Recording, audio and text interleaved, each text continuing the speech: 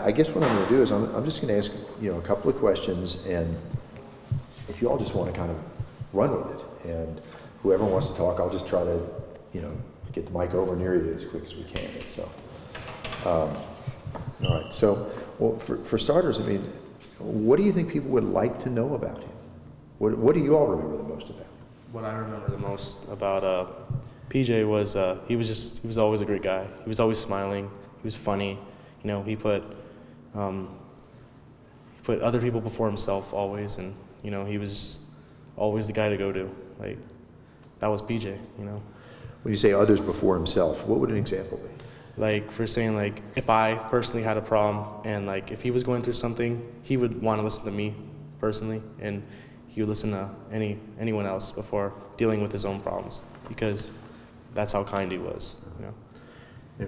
He just kind of always rooted for the underdog. If someone was sitting alone, he's the first person to go talk to that person and make them feel really welcomed. And he acted like he genuinely wanted to know who you were as a person. He was so interested and always had something to say. Right. He was the jokester in the whole Kairos group. He would just do random things that would make everyone smile. Anybody else? You're in the PJ was a really good kid, and he always made an effort to like try to hang out with you and see you and be your friend, and he always wanted everyone else before him. So yeah. What else? The thing I remember the most about him is just his smile. Like, he's just always smiling, and he was just always happy, and he wanted everybody else to be happy and just live in the moment. And he was such a blessing to all of us, and we should all remember him for that. PJ just really accepted you for who you were, and he didn't judge you or anything. You put yourself out there, and he loved you for who you were, no matter what you've done or what you've been through. What did you all think when you heard and you learned what had happened? When I first heard, I didn't believe it at first. Then I started looking at pictures of the accident and his Facebook page. And I was shocked, I felt like I lost a brother. That's what I felt like. I saw the crash on Twitter at 10 a.m. in the morning, and I just thought oh wow, that's horrible. But then something at 9 at night, my phone was just blowing up, and then I saw one text that was yeah, he's gone. And then I just kept reading through and through them, and I just put my hand over my heart and I just started crying, because I just felt that I'd lost someone that meant so much to me, and I didn't even know him for that long, but he just made such an impact on everyone that he met. I was at the movies when I found out, and Jordan texted the group, and he goes, "Guys, is PJ dead?" And I just thought that he was joking, because PJ hadn't responded to the group in a little while, and I read the tweets after I got out, or the text after I got out of the movie, and I just sat in my car and I cried for a good hour and a half before I could even pull myself together to go home. It took a while for it to set in for me. My personal Kairos group, we were texting each other, and I was just like, this is unbelievable, I cannot believe it. And then the next day, I woke up and I just started crying, because it set in, he was gone. He was no longer with us. I was in the middle of a little gathering, and then when I found out from Jordan, I just sat down and cried for 2 hours. I couldn't believe that someone so special to us and made an impact on our lives was actually gone.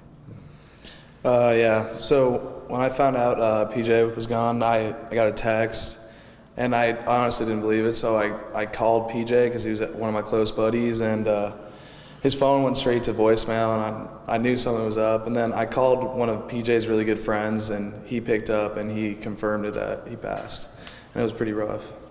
Now, it took a while for police to identify him to us, because they always notify family and so on. Did the word circulate in his circle before the police released that, just for my reference? Because the paper didn't release his name. Yeah, from the news the night before it did. Just that a man died. Yeah. So, well, now here, this is a more of a spiritual place than your average high school. Does that have kind of a special place in what's going on in your hearts and minds right now? That it's a little different from an ordinary high school?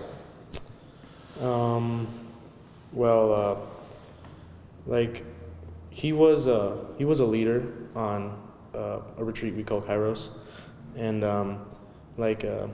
our school, like, we do it all the time. And it just makes everyone closer together. And him being a leader, like, he brought all of us together. You know, we're like a family now. And yeah, like, that's what it is. Right. Want to pick up on that? Or Yeah, we had a little thing last night with his family, and just the vibe, you definitely felt a spiritual connection between all of us, and we prayed together, and it helps all of our healing processes, knowing that he is in heaven now and he's an angel looking down at us. Yeah, on the spiritual part, like what Gabby said last night, when his parents were there and we're all sharing stories about him, you could definitely feel his presence there, and his love for us, and how just funny of a kid he was and how awesome he was. It's pretty sad. I just think that last night when we were with his family and with all of his friends sharing stories, it was just such a special place to be, and you could feel like his presence and how, because he always brought people together, like no matter where he was or who he was with, that's just how he was, and he brought us all together last night, and it was just really special. Talk that PJ gave us, he said, yesterday is history, tomorrow is a mystery, and today is a gift. That's why it's called the present. And I'm so thankful that we had PJ, because he was our special present. How long did each of you all know him? Well, I had a couple classes with him my freshman year, and unlike all of these people, I didn't have him as my small group leader, which is like, it's what it is, a small group. And from an outsider's perspective of him, he was just such an inspiring person. In his talk, he really set the mood for the week that we were there, and you always knew like he was there for you. Even if he wasn't like your group leader, he was still there for you. So this was kind of a youth group retreat you're talking about? Yeah. Yes. Okay, all right. I think that anybody want to add any more? Okay. Just wanted to say to PJ's family that South Point is here to always back you up, and we really do love you, PJ, and we're going to miss you.